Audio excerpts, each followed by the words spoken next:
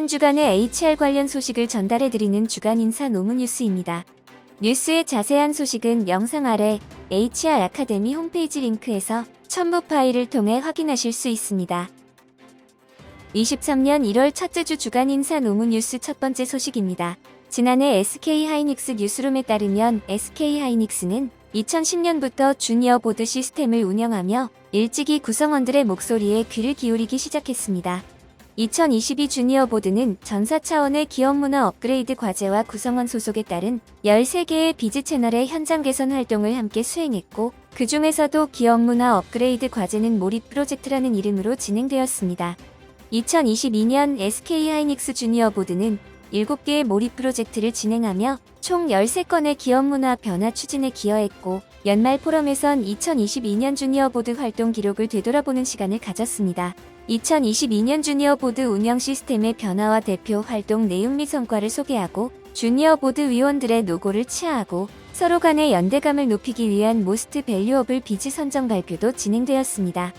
연말 포럼에서 우수 활동 구성원으로 뽑힌 한 구성원은 처음 주니어 보드 활동을 시작하며 받았던 "회사에서 행복하세요? 라는 질문이 올 한 해를 바꾼 시발점이었다며, 회사를 더 행복한 곳으로 만들고 싶다면 주저하지 말고 주니어 보드 활동에 지원하라고 다른 구성원들에게 추천했다고 합니다.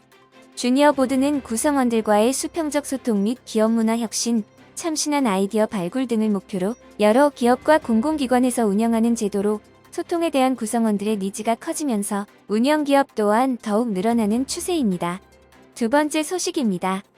정부가 여성의 육아 부담 등 경력 단절 요인을 해소하기 위해 근로시간 단축 제도의 대상자녀 연령을 8세에서 12세로 확대키로 했습니다. 기획재정부는 이런 내용을 담은 2023년 경제정책 방향을 내놓고 육아기 근로시간 단축 제도 대상자녀의 연령을 12세 이하로 확대하고 육아휴직 제도의 사용 제한 완화를 추진하겠다고 밝혔습니다. 구체적으로는 육아휴직을 근로시간 단축으로 전환 사용 시 인센티브를 제공하는 방안 등이 검토되며, 육아휴직 시 인력 공백을 해소하기 위해 대체 인력을 지원하는 서비스를 강화할 계획입니다. 23년 상반기까지 아이돌 봄 서비스 통합 플랫폼을 개선하고 방과 후 학교 운영체제 개편 등 육아 공백 해소를 지원합니다. 돌봄 운영 시간을 확대하는 초등 늘봄학교 추진 방안은 23년 1월에 마련 및 발표될 예정입니다. 세 번째 소식입니다.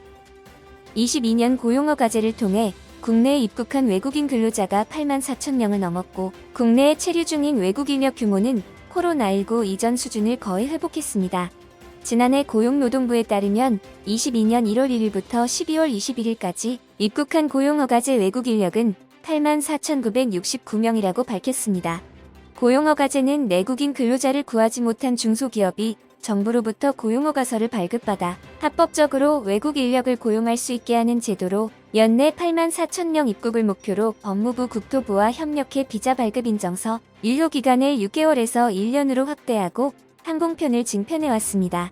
2022년 입국 한도는 6만 9천 명이지만 그동안 코로나19로 비자를 발급받고 대기 중인 인원까지 더해 8만 명 이상의 외국 인력이 국내에 들어오게 되었고, 올해에는 고용허가제 규모가 11만 명으로 늘어나게 됩니다. 정부는 산업 현장의 구인난을 해소하기 위해 지난 2004년 제도를 도입한 이래 가장 큰 규모로 입국 한도를 늘렸다고 밝혔고, 고용부는 외국 인력 입국 확대와 함께 인권보호 조치도 강화할 예정입니다. 권기섭 고용부 차관은 외국인 근로자 입국을 지속 확대하는 만큼 외국인 근로자의 인권을 증진하고 안전한 일터에서 일할 수 있는 환경을 조성하겠다고 밝혔습니다. 네 번째 소식입니다. 2022년 국내 기업 이직 시장에서 HR 부문 채용 비율은 4%에 불과한 것으로 나타났습니다. 또 전체 HR 채용 중 중견 및 대기업의 비중이 스타트업 및 중소기업에 비해 훨씬 높은 것으로 집계되었습니다. 온라인 헤드헌팅 서비스 기업인 히든스카우트가 발표한 히든스카우트 헤드헌팅 솔루션 HR 분야 2022년 리포트에 따르면 HR 부문 올해 이직 현황은 이같이 나타났습니다.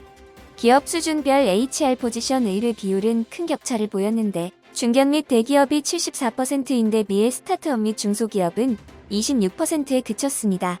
방현배 히든스카우트 대표는 중견 및 대기업 규모의 기업들이 HR 분야 채용을 대부분 진행하고 있다면서, 스타트업 및 중소기업의 경우 HR 인력 채용에 많은 투자를 하기 어려운 것으로 보인다고 설명했습니다.